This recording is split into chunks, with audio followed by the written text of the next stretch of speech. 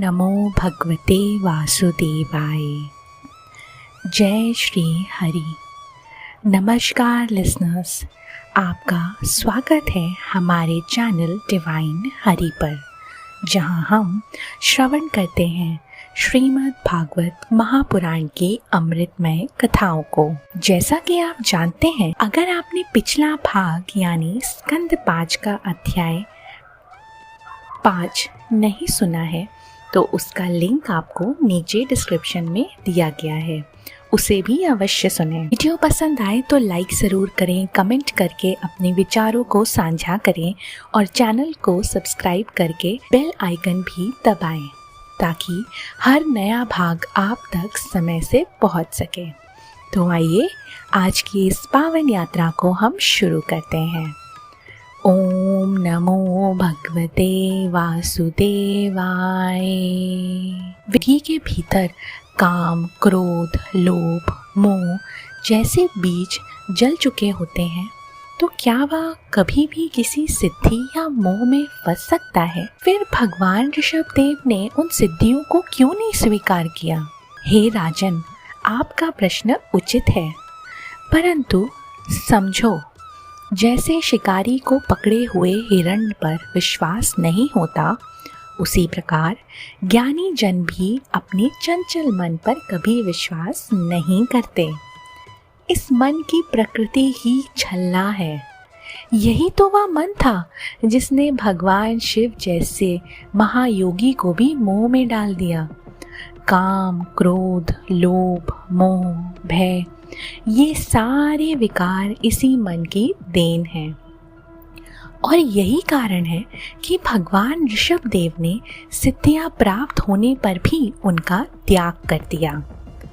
यद्यपि वे स्वयं परमेश्वर थे, लोकपालों के पूज्य थे, फिर भी उन्होंने अवधूत के रूप में दिगंबर होकर पागलों जैसे वेश में मुंह में पत्थर डाले, उलझे बालों के साथ दक्षिण भारत के कोणक, वेणक और कर्नाटक क्षेत्रों में भ्रमण किया।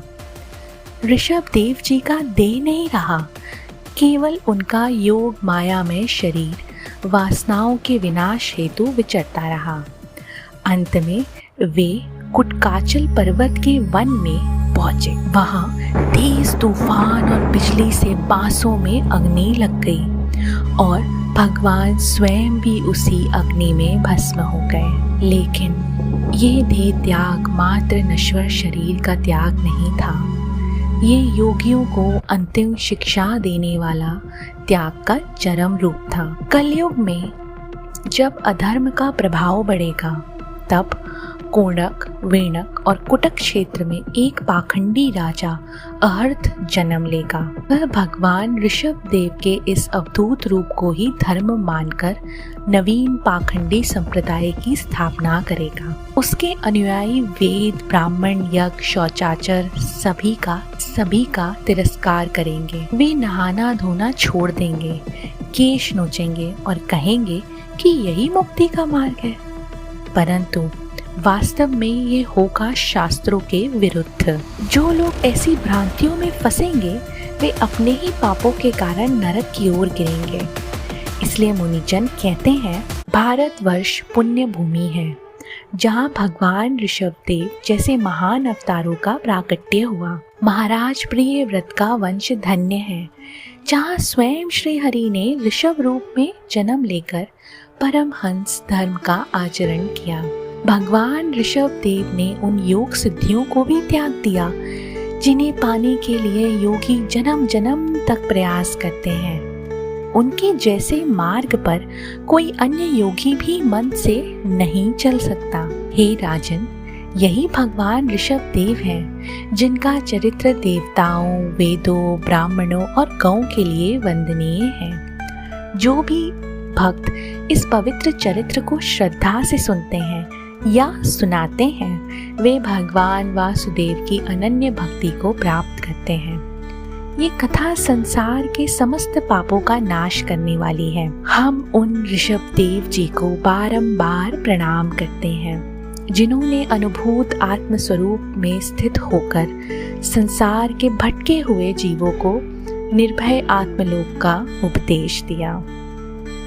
तो प्रिय श्रोताओं, कैसी लगी आपको आज की ये दिव्य कथा? इस अध्याय से हमें ये सीख मिलती है कि मन पर कभी भी पूर्ण विश्वास नहीं करना चाहिए, चाहे योगी ही क्यों ना बन जाए। वासनाओं का दमन नहीं, समाधान आवश्यक है।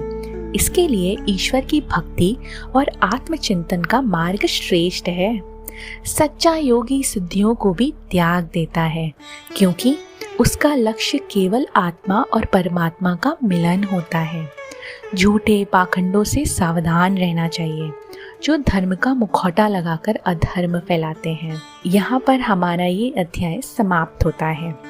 यदि आपको ये वीडियो ज्ञानवर्धक और प्रेरणादायक लगा हो तो इसे लाइक करें, अपने मित्रों और परिवार के साथ शेयर करें। नीचे कमेंट करके बताएं कि आपको इस कथा से क्या सीख मिली। सब्सक्राइब करना ना भूलें और बेल आइकन ज़रूर दबाएं ताकि अगला भाग सीधे आप तक पहुँचे।